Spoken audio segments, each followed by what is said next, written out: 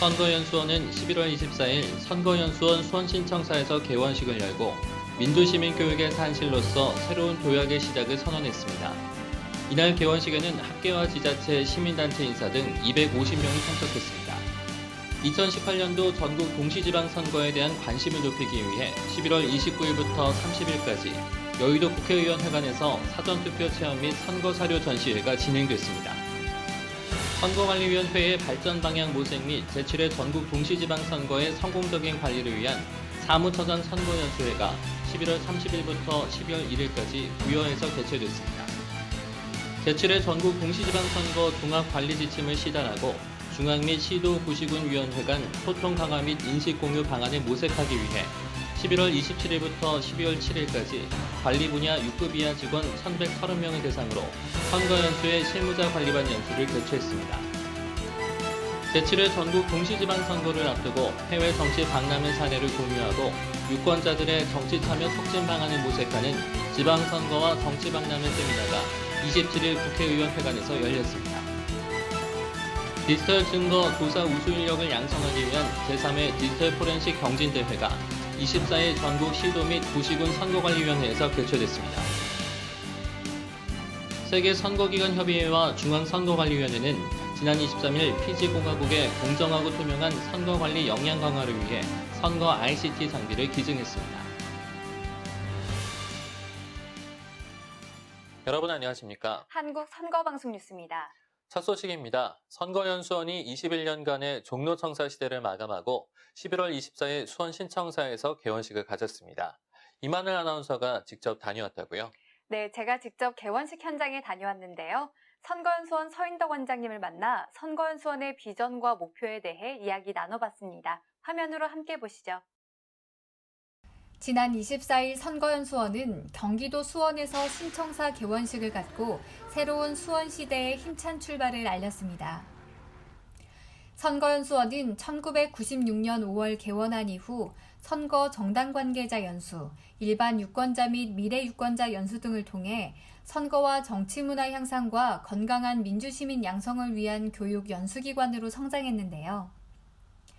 21년간의 서울 종로청사 시대를 마감하고 수원시대의 새 역사를 열었습니다. 이날 개원식은 중앙선거관리위원회 문상부 상임위원, 김대년 사무총장, 역대 선거연수원장 및 학계 시민단체 관계자, 각 정당 연수원장 등 내외빈 250명이 참석했으며 선거연수원 민주시민정치아카데미 제3기 회원이기도 한 노은희 아나운서가 사회를 맡았습니다. 앞으로 우리 선거연수원은 선거와 정치 분야에 대한 민주시민교육에 있어서 중추적인 기능을 수행하게 될 것입니다. 우리 선거연수원은 앞으로 일반 국민을 대상으로 주권의식을 함양하기 위한 민주시민 교육과 아울러서 관심 있는 우리 단체 및 대학과 힘을 모아서 훌륭한 정치인을 길러내는 정치인 양성 교육에도 중점을 두게 될 것입니다. 개원식은 신청사 개원 경과보고, 문상부 상임위원회 기념사, 민주정치아카데미 김홍신 원장의 축사, 비전 선포, 축하 공연, 표지석 제막식 등의 순서로 진행됐으며 선거연수원은 참여하는 민주시민, 함께하는 민주주의를 슬로건으로 내걸고 이를 현실화하기 위한 비전과 목표를 발표했습니다. 무엇보다 이번 신청사 이전을 통해 민주시민 전문 교육기관으로서의 새로운 도약의 계기를 마련하겠다는 뜻을 밝혔는데요.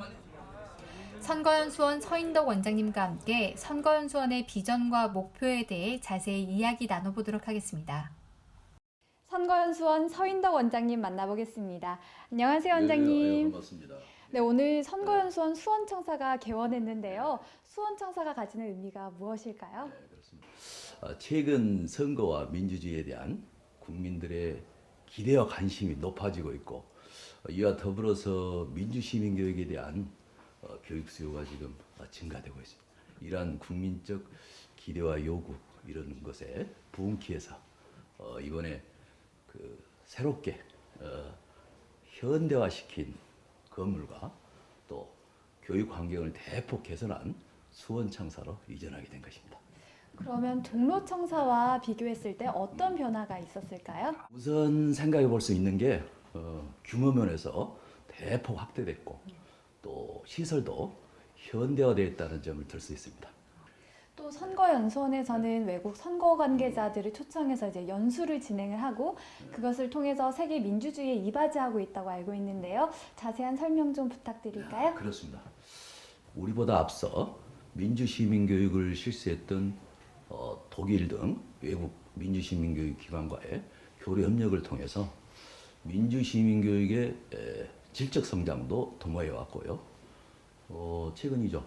지난 20일 선거연수원 주관으로 민주시민교육 국제심포지엄을 개최했습니다. 앞으로 이 선거연수원이 민주주의와 민주시민교육의 선진화를 위해서 애국 선거 관계자 연수를 더욱더 활성화시키고 또 애국 민주시민교육기관과 교류를 지속적으로 확대해 나갈 계획입니다. 네, 벌써 내년이면 선거연수원이 개원한 지가 22주년이 된다고 하더라고요. 앞으로의 발전 방향에 대해서 한 말씀 부탁드립니다. 수원 정사 이전을 계기로 저희들 연수원의 비전을 새롭게 정했습니다. 대한민국의 내일을 열어가는 민주시민 양성이라고 이렇게 확정해서 개원식 때 이렇게 선언을 했는데요.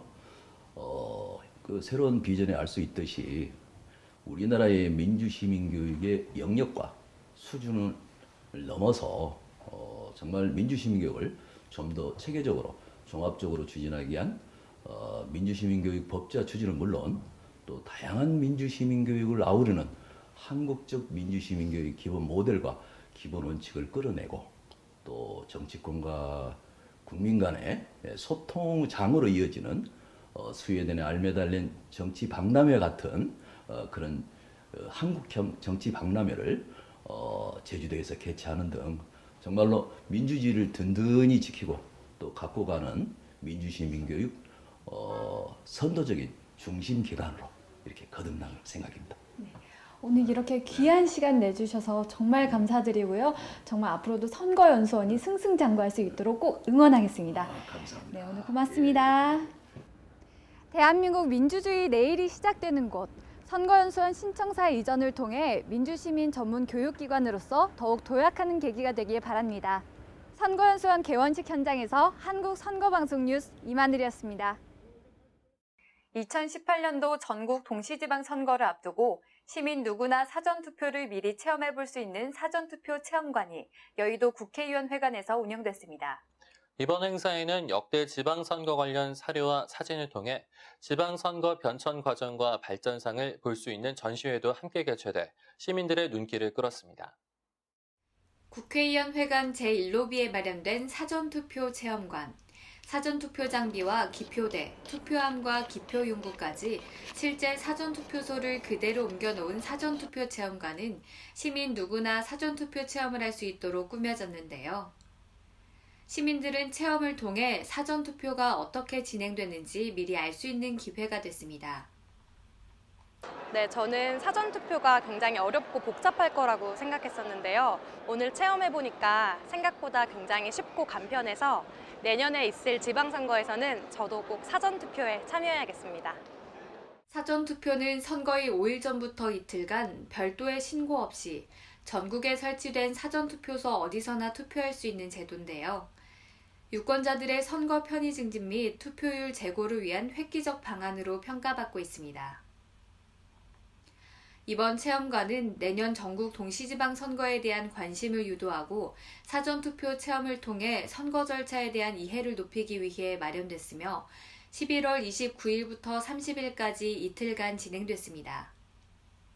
사전투표 체험관 옆에는 역대 지방선거의 변천 과정과 발전상을 한눈에 살펴볼 수 있는 전시회도 마련됐는데요. 역대 지방선거 포스터와 후보자 관련 인쇄물, 투표용지와 기표용구, 각종 홍보물품 등 사료 26점과 다양한 선거 풍경을 담은 기록사진과 캘리그래피 작품 20여 점이 전시돼 시민들의 눈길을 끌었습니다. 전국 동시지방선거가 180일 정도 남았습니다. 국회의원 보좌진이나 정당 관계자, 국회 방문객을 대상으로 사전투표를 체험하게 함으로써 선거 절차에 대한 이해를 증진시키고 역대 선거 사료를 함께 전시함으로써 지방선거에 대한 그런 인식, 중요성을 증대시키고자 본 행사를 개최하게 됐습니다. 중앙선거관리위원회는 앞으로도 사전투표에 대한 국민들의 참여와 이해를 높이고 선거의 의미와 중요성을 되새기는 자리가 될 수 있도록 다양한 선거 체험 프로그램을 마련할 계획이라고 전했습니다. 제7회 전국 동시지방선거의 성공적 관리를 위해 중앙 및 시도위원회 고위공직자들이 한자리에 모였습니다. 위원회의 경쟁력을 강화하고 조직 내 소통과 화합을 위한 역할을 함께 모색했다고 하는데요. 지난 30일에 열린 선거연수회 현장 화면으로 지금 만나보시죠. 중앙선거관리위원회는 11월 30일부터 12월 1일까지 이틀간 중앙국장 및 시도위원회 사무처장 등 25명을 대상으로 사무처장 선거연수회를 개최했습니다. 이번 선거연수회는 제7회 동시지방선거의 성공적인 관리를 위한 종합관리 지침을 공유하고 위원회 발전과 조직 화합을 위한 고위공직자 역할을 모색하기 위해 마련됐습니다. 지난 대선 때 구시군위원회별로 모의개표 실습을 한 것이 개편하는 데 엄청난 도움이 됐습니다. 이번 지방선거에서도 시도가 자체적으로 계획을 세워서 구시군위원회 모의개표 실습을 해주시길 부탁드립니다. 종합에서도 그 선거 장비 안정화를 위해서 사전투표 장비와 마찬가지로 표지 분류기도 전국적으로 통합 모의 시험을 한 3회 정도 실시할 계획을 가지고 있습니다. 선거연수의 주요 프로그램은 관리지침 시달 및 토론, 외부 전문가 초청 특강, 간부와의 대화, 지방선거 관리 방향 자유토론 등의 순서로 진행됐습니다. 가장 먼저 김세환 선거정책실장의 주재로 제7회 전국 동시지방선거를 대비해 주요 선거관리 지침을 상세하게 안내했습니다. 이어진 외부 전문가 초청 특강에는 서울대학교 박동규 명예교수가 초청돼 공직에 가치 있는 삶을 주제로 특별 강연을 진행했습니다. 마지막 간부와의 대화 시간에는 김대년 사무총장의 주재로 위원회의 발전을 위한 개선 방안과 조직 화합에 대해 다 함께 논의하는 시간을 가졌는데요. 김대년 사무총장은 이 자리에서 고위공직자들의 역할에 대해 이야기하며 조직의 창조적 변화를 주도하기 위해서는 리더의 역량 개발과 책임의식이 중요하다고 강조했습니다. 내년 지방선거가 우리 위원회가 또 하나의 발전을 가지고 올 수 있는, 그러니까 저 동네 구석구석에 민주주의가 실천되고 선거가 더 꽃피워지는 그러한 선거, 그런 컨셉을 이미 다 잡았고 이제 또 세부적인 지침이 내려갈 것입니다. 그래서 그 지방선거를 통해서 국민의 어떤 그런 참여 열기가 계속 유지가 되고, 그것이 조합장 선거라든가 또 뭐 우리 사회갈등 해소를 위한 뭐 이런 선거 지원, 온라인 투표, 그리고 그것이 이제 저변화돼서 민주시민교육 쪽에 우리 수건 사업인, 또 하나의 수건 사업인 민주시민교육 쪽에 이렇게 같이 불길이 올마붙고 우리가 거기에서 큰 역할을 할 수 있는 것. 제가 그런 큰 그림을 그리고 지금 종합 주요 업무 계획도 수립하고 있고 로드맵을 다시 짜고 있다, 이런 말씀을 드릴게요. 중앙 및 시도위원회 직원들의 화합과 단결의 장이 된 이번 선거연수회를 통해 참석자들은 내년 지방선거의 성공적 관리와 함께 위원회의 경쟁력을 높이는 데 좋은 기회가 될 것으로 기대했습니다. 중앙선거관리위원회는 내년 6월 실시되는 지방선거가 정확하고 공정하게 치러질 수 있도록 앞으로도 선거관리위원회 직원들을 대상으로 다채로운 현안 토의와 소통의 장을 마련해 나갈 계획이라고 전했습니다. 내년 6월에 실시되는 제7회 전국 동시지방선거를 앞두고 완벽한 절차 사무 관리를 위한 선거연수회가 이어지고 있는데요. 11월 27일부터 12월 7일까지는 관리 분야 6급 이하 직원 1,130명을 대상으로 총 5차례에 걸쳐 선거연수회 실무자 관리반 연수가 진행될 예정입니다. 지난 27일에 열린 선거연수회 현장을 다녀왔습니다. 중앙선거관리위원회는 11월 27일부터 12월 7일까지 중앙 및 시도 구시군 선거관리위원회 관리 분야 6급 이하 직원 1,130명을 대상으로 선거연수회 실무자 관리반 연수를 개최했습니다. 이번 연수는 내년에 실시되는 제7회 전국 동시지방선거에 대한 종합관리 지침을 공유하고 상하급 위원회 및 직원 간 인식 공유회장을 만들고자 마련됐는데요. 내년에 실시되는 제7회 전국 동시지방선거에 대비하여 절차 사무에 대한 핵심 사항을 서로 공유, 소통하기 위하여 이번 실무연설을 개최하게 되었습니다. 이번 연수회에서는 지방선거 관리 방침, 선거 일반 및 절차 사무 관리, 정보 시스템 및 통신망 운영, 정책 선거 및 정당 사무 관리, 공직기강 및 회계 집행 등 완벽한 절차 사무 관리를 위한 핵심 사항 위주로 종합관리 지침이 전달됐습니다. 또한 중앙위원회 간부와의 대화 시간에는 상하급 위원회 및 직원 간 갈등 해소와 인식 공유 방안을 다 함께 논의하는 시간을 가졌습니다. 연수에 참가한 직원들은 내년 지방선거를 공정하고 투명하게 관리하기 위해 선거관리 체제를 완벽하게 구축해 절차 사무를 정확하게 관리할 방침이라고 뜻을 모았습니다. 중앙선거관리위원회는 내년 6월 실시되는 지방선거가 정확하고 공정하게 치러질 수 있도록 앞으로도 선거관리위원회 직원들을 대상으로 다채로운 현안 토의와 소통의 장을 마련해 나갈 계획이라고 전했습니다. 다음 소식입니다. 평균 투표율 85%를 자랑하는 스웨덴에서는 매년 정치인과 언론인, 사회단체와 시민이 참여하는 알메달렌 정치박람회가 열려 유권자와 정당의 소통에 장이 되고 있습니다. 최근 우리나라에서도 한국판 알메달렌을 추진하려는 노력이 이어지고 있습니다. 해외 정치박람회 사례 연구를 통해 유권자들의 정치 참여 촉진 방안을 모색하기 위한 세미나가 27일 여의도 국회의원회관에서 열렸습니다. 선거연수원은 11월 27일 명지대학교 미래정치연구소 SSK 연구단과 함께 국회의원회관 제5간담회의실에서 특별 세미나를 개최했습니다.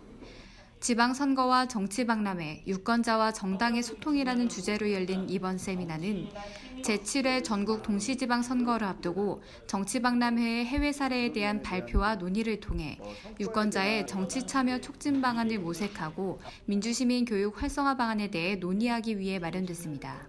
북유럽의 어떤 정치 박람회를 살펴보면 어떤 정치라는 거에 대해서 서로 간의 어떤 대립 간에 있는 것이 아니라 어떤 소통을 통해서 어떤 공론회장을 통해 가지고 서로 논의하게 되고 거기에서 합의점을 찾아간다는 것, 그것이 굉장히 중요하다고 생각하고, 또 정치를 너무 딱딱하게 생각하는 것이 아니라 어떤 페스티벌이나 어떤 음악회를 통해서 같이 참여할 수 있고 이제 함으로 해서 좀 손쉽게 모든 사람들이 다가갈 수 있는 어떤 정치가 될 수 있도록 기획하고 있습니다. 이번 세미나는 정치박람회와 정당의 역할, 지방선거 정당과 유권자라는 소주제로 발제와 토론이 진행됐는데요. 제1주제는 한양대학교 최진우 교수가 사회를 맡았으며 명지대학교 정수연 교수가 정치박람회와 정치 참여에 대해, 선거연수원 강순우 교수가 정치박람회의 해외 사례와 시사점에 대해 발표했습니다. 이어진 2주제에서는 이화여대 유성진 교수가 지방선거제도의 쟁점과 과제를, 명지대 정회옥 교수가 지방선거 발전을 위한 정당과 유권자의 소통 플랫폼에 대해 발제했습니다.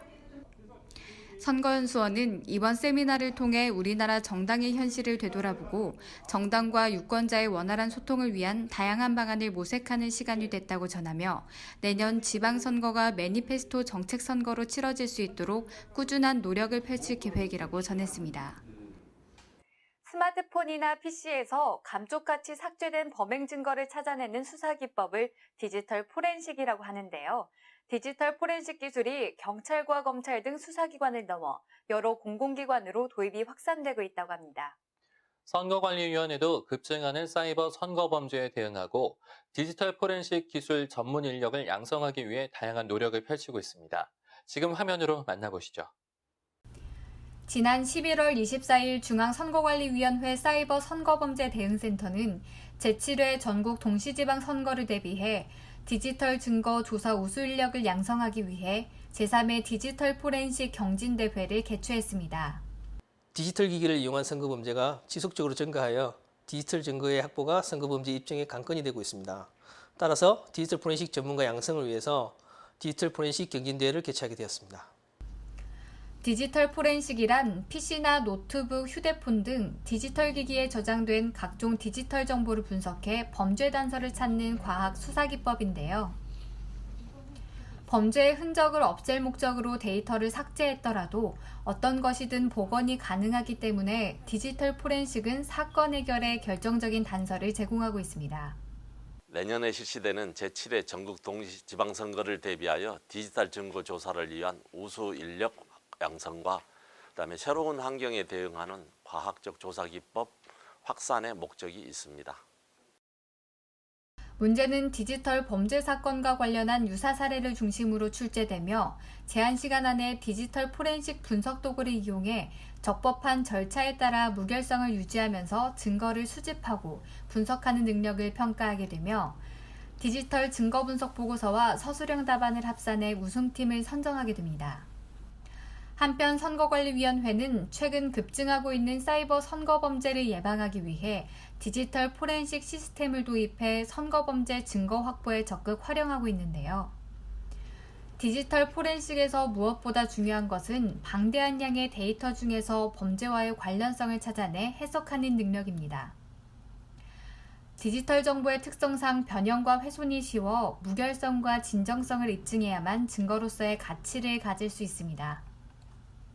중앙선거관리위원회 사이버 선거범죄 대응센터는 제7회 동시지방선거를 대비해 디지털 포렌식을 적극 도입해 선거범죄 단속에 나설 계획이며 선거사범 수사 시 신속한 증거 분석이 가능하도록 장비 및 인력을 확충하고 직원들의 역량을 더욱 키워나갈 예정이라고 전했습니다.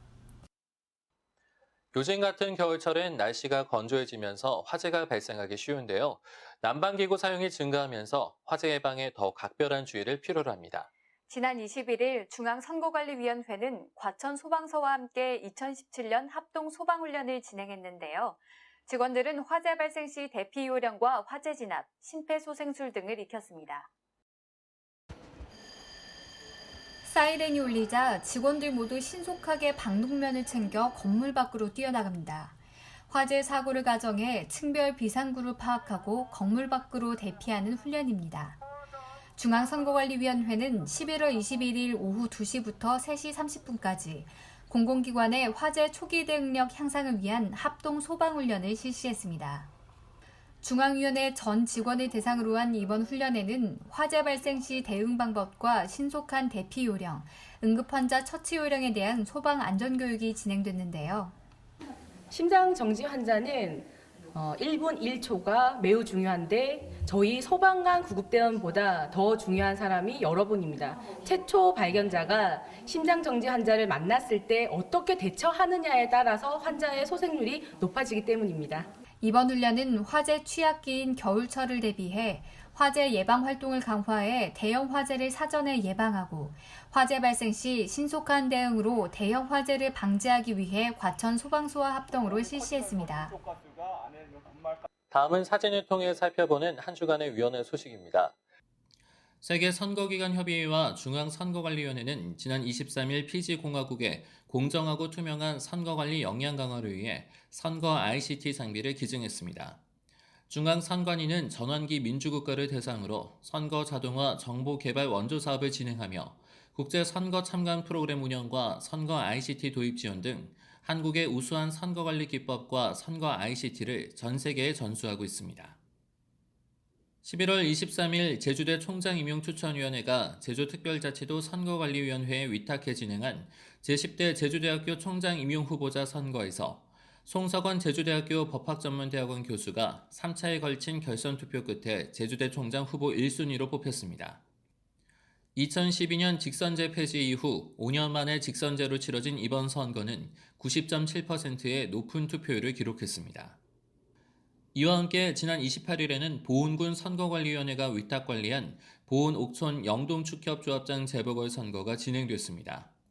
2014년 합병된 이 조합은 지난 3월 통합 후 첫 선거에서 구모조합장을 선출했으나 구 씨가 보은군 산림조합 조합장 선거에 부당하게 개입한 혐의로 기소돼 지난달 31일 대법원에서 벌금 200만 원을 확정받아 지위를 잃었습니다. 새 조합장의 임기는 2023년 3월까지입니다. 국회 정치개혁특별위원회는 23일 공직선거법 심사소위를 열고 9건의 공직선거법 개정안 처리에 합의했습니다. 여야 의원들은 선거방송토론위원회 주간 토론회에 불참하는 사람에 대한 과태료를 1,000만 원에서 대폭 인상하기로 했으며 국회의원 지역구가 2개 이상의 자치구시군으로 구성된 경우 1개를 초과하는 자치구시군의 수마다 총 선거비용 제한액을 1,500만 원씩 가산하도록 하는 방안에도 합의했습니다. 또한 국회 행정안전위원회도 지난 23일 오후 2시 전체 회의를 열어 의원 증언 및 연동형 비례대표 도입 등의 내용을 담은 선거법 관련 법안을 모두 정치개혁특별위원회에 상정했습니다. 중앙선거방송토론위원회는 21일 전체 위원회의를 개최하고 제2차와 제3차 정당정책토론회를 오는 12월 11일과 12일 오전 11시부터 12시까지 상암 MBC 스튜디오에서 개최하기로 결정했습니다. 이번 토론회의 참석 대상 정당은 국고보조금 배분 대상 정당인 더불어민주당, 자유한국당, 국민의당, 바른정당, 정의당, 민중당, 대한애국당 등 7개 정당입니다. 중앙선거여론조사심의위원회는 11월 24일 제13차 위원회의를 열고 선거여론조사 기준 개정 의견을 검토했습니다.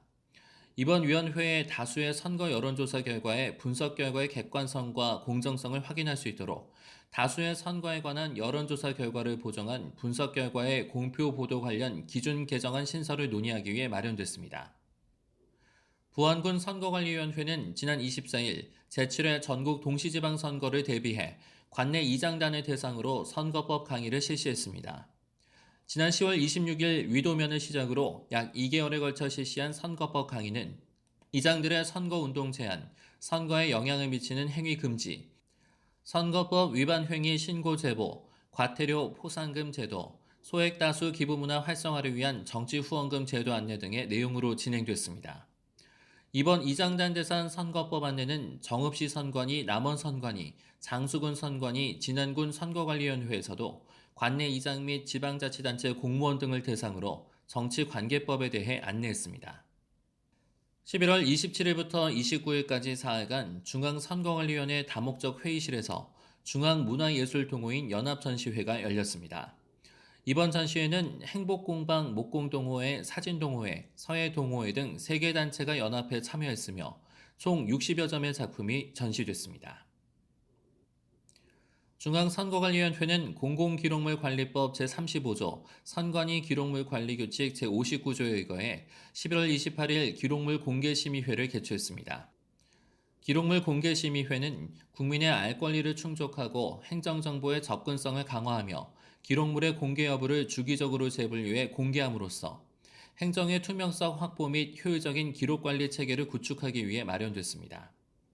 이번 기록물 공개심의위원회의 추진 대상은 30년경과 기록물 2269건, 5년 주기 재분류 기록물 36,258건입니다. 제주특별자치도 선거관리위원회는 11월 20일과 24일 이틀간 제주고등학교와 대정여자고등학교 3학년 학생 340명을 대상으로 2017 새내기 유권자 연수를 실시했습니다. 이번 연수는 내년에 실시하는 제7회 전국 동시지방선거를 맞아 생애 최초로 선거권을 가지게 되는 고3 학생들에게 유권자의 권리와 의무를 알리고 성숙한 민주시민으로서 역할을 할 수 있도록 하기 위해 마련됐습니다. 이어서 간추린 주요 단신입니다. 조민지 아나운서가 전해드립니다. 한 주간 위원회의 다양한 소식을 전해드리는 간추린 단신 뉴스입니다. 선거연수원은 11월 24일부터 26일까지 국민의당과 정의당의 정당 사무처 간부 및 당원 200명을 대상으로 정당 사무처 간부 연수를 운영했습니다. 이번 연수에는 2018년 지방선거와 관련해 알아야 할 공직선거법 주요 내용과 위반 사례에 대해 중점 안내했습니다. 선거관리위원회는 11월 20일부터 26일까지 대한주택관리사 협회장 선거 등 민간선거 총 51건, 선거인 10만 5,730명의 온라인 투표를 지원했습니다. 한국여성정치시민대학은 22일 이화여자대학교 법학전문대학원에서 수강생 80명을 대상으로 젠더와 개헌, 젠더와 정치를 주제로 특강을 열었습니다. 이번 특강에는 이화여대 김선욱 총장과 명지대 정치학과 김영준 교수가 강연을 맡았습니다. 선거관리위원회는 제7회 전국 동시지방선거를 대비해 사전투표 장비 12,500조 및 투표지 분류기 1,381대를 올 12월 말까지 점검할 계획이라고 밝혔습니다. 중앙선거관리위원회는 11월 22일 장애인 유권자의 선거 참여 기회 확대 및 투표 편의 보장을 위한 제도와 개선 방안을 논의하기 위해 업무협의회를 개최했습니다. 이번 업무협의회에는 한국장애인단체 송연맹, 한국시각장애인연합회, 한국지적발달장애인복지협회, 한국지체장애인협회, 한국뇌병변장애인인권협회가 참석했습니다. 부산시 선거관리위원회는 고신대학교, 신라대학교, 동의대학교의 총학생회 선거에 온라인 투표 서비스를 지원한 결과 각 대학의 투표율이 20%가량 급상승했다고 전했습니다. 이는 시간과 공간의 제약 없이 어디서든 투표에 참여할 수 있고 투표 절차도 간편해 재학생들의 투표율이 늘어난 것으로 선관위는 보고 있습니다. 다음으로 위원회 소식 전해드립니다. 선거관리위원회는 내년 6월 13일에 실시되는 전국 동시지방선거에서 정치관계법 안내와 선거법 위반 행위 예방 당국 등을 지원할 공정선거지원단을 모집합니다. 지원 자격은 선거운동을 할 수 있는 자로 정당의 당원이 아닌 중립적이고 공정한 사람이면 누구나 지원 가능합니다. 지원 희망자는 지원서 등을 작성해 근무를 희망하는 지역 선관위에 관련 서류를 제출하면 됩니다. 자세한 사항은 각 지역 선거관리위원회 홈페이지를 참고하면 됩니다. 세계적인 팝페라 테너 이명주가 진행을 맡은 프로그램 이명주와 사람이 11월 11일부터 한국 선거방송을 통해 시청자 여러분을 찾아갑니다. 이명주는 생활 속 민주주의를 실천하고 있는 다양한 사람들을 직접 찾아가 삶에 대한 진솔한 이야기를 나누며 이념과 세대를 관통하는 공감을 이끌어내고 민주주의의 의미와 희망 메시지를 전할 예정입니다. 여러분의 많은 시청 바랍니다. 신용카드 포인트를 이용한 정치 후원금 기부 문화를 국민들에게 널리 알리고 확산시키기 위한 정치 후원금 기부 캠페인송이 제작됐습니다. 중앙선거관리위원회 서포터즈 울랄라 세션에 참여로 제작된 이번 캠페인송은 휴대전화 및 유선전화 통화 연결음으로 사용 가능하며 휴대전화 통화 연결음 사용을 원하는 일반 유권자는 12월 20일까지 선거관리위원회 홈페이지를 방문하면 통화 연결음을 무료로 다운로드 받을 수 있습니다. 여러분의 많은 참여 바랍니다. 10월 15일부터 12월 20일까지 롯데마트와 공동으로 주고받고 돕고 이벤트를 진행합니다. 캠페인 기간 동안 인터넷 정치 후원금 센터를 통해 신용카드 포인트로 만원 이상 기부한 선착순 10,000명에겐 롯데마트 모바일 상품권 3,000원을 지급합니다. 포인트 부족 시 차액은 신용카드로도 결제가 가능합니다. 시청자 여러분의 많은 관심과 참여 바랍니다. 다음은 선거에 대한 상식과 궁금증을 친절하게 풀어드리는 선거 상식 시간입니다. 오늘은 내년에 열리는 제7회 전국 동시지방선거가 어떤 일정으로 진행되는지 정리해봤습니다. 조민지 아나운서가 자세히 설명해드립니다. 내년 6월 13일에 열리는 전국 동시지방선거가 이제 6개월 앞으로 다가왔습니다. 앞으로 어떤 일정으로 진행되는지 함께 알아보겠습니다. 선거일 120일 전인 2월 13일부터는 시도지사와 교육감 선거에 예비 후보자 등록 신청이 시작되고 선거기간 개시일 전 90일부터인 3월 2일부터 시도의원과 구시의원 및 장애선거, 선거기간 개시일 전 60일부터인 4월 1일부터는 군의원 및 장애선거 예비후보자 등록 신청을 할 수 있습니다. 선거일 전 90일부터 선거일까지, 즉 3월 15일부터 6월 13일까지는 의정활동 보고가 금지됩니다. 후보자 등록 신청은 선거일 20일 전인 5월 24일과 25일 이틀 동안 오전 9시부터 오후 6시까지 진행됩니다. 6월 1일까지는 후보자들의 선거벽보가 첩부될 예정이며 6월 3일까지는 투표소의 명칭과 투표소 소재지를 공고하고 거소 투표용지와 투표 안내문을 발송합니다. 선거일 전 5일부터 2일간 6월 8일과 9일에는 오전 6시부터 오후 6시까지 전국 사전투표소에서 사전투표가 실시됩니다. 그리고 6월 13일 수요일에는 대망의 전국 동시 지방선거가 치러지는데요. 투표 시간은 오전 6시부터 오후 6시까지입니다. 내가 사는 지역의 일꾼을 뽑는 전국 동시지방선거. 어떤 후보가 출마하는지 또 공약은 무엇인지 꼼꼼하게 따져보고 소중한 국민의 권리를 꼭 행사하시길 바랍니다. 마지막으로 우리나라의 선거 역사와 민주주의의 발자취를 돌아보는 역사 속 그날입니다. 우리나라는 지난 1948년 헌법이 만들어진 이후 모두 9차례 개헌이 이루어졌습니다. 그중에 11월 29일은 2차례 개헌과 관련이 있는 특별한 날인데요. 먼저 1954년 11월 29일 헌정사의 오점으로 기록되고 있는 제2차 개헌입니다. 1954년 5월 20일에 실시된 의원 선거에서 압도적으로 승리한 여당인 자유당은 이승만 대통령의 장기 집권을 위해 초대 대통령에 한해 대통령직의 연임 제한을 철폐하고 국무총리제를 폐지한다는 골자의 헌법 개정안을 제출합니다. 그리고 11월 27일 2차 헌법 개정안 투표가 진행된 날, 당시 헌법 개정은 출석 국회의원 3분의 2 이상의 찬성을 얻어야 가능했는데요. 제적 국회의원 203명 중 찬성 135명, 반대 60명, 기권 7명으로 헌법 개정에 필요한 3분의 2인 136표에서 1표가 부족해 부결 선언됩니다. 그러나 이틀 뒤 11월 29일 집권 여당은 야당 의원들이 총퇴장한 상황에서 203명의 3분의 2는 수학적으로 4,4,5에 의해 135명이라고 주장하며 부결 선언을 취소하고 의사록을 수정해 개헌안 가결을 선포합니다. 이 개헌으로 인해 이승만 대통령은 3선 대통령에 당선됩니다. 우리 헌정사의 오점으로 남은 4.4.5 개헌은 절차상으로도 정족수에 미달한 위헌적인 개헌이라는 것과 더불어 초대 대통령에 한하여 중임 제한을 철폐한 것은 평등 원칙에 위배된다는 문제점을 가지고 있습니다. 그로부터 4년 후 1960년 11월 29일엔 반민주 행위자 처벌에 관한 부칙 조항 삽입을 위한 제4차 헌법 개정이 이루어집니다. 비록 뒤이어 5.16 군사정변이 일어나 3.15 부정선거 관련자 및 부정축제자들의 처벌은 이루어지지 못했지만 소급 입법 개헌은 다시는 이 땅에서 부정선거와 부정축제가 일어나지 않도록 철퇴를 가하려 한 데 큰 의미가 있습니다.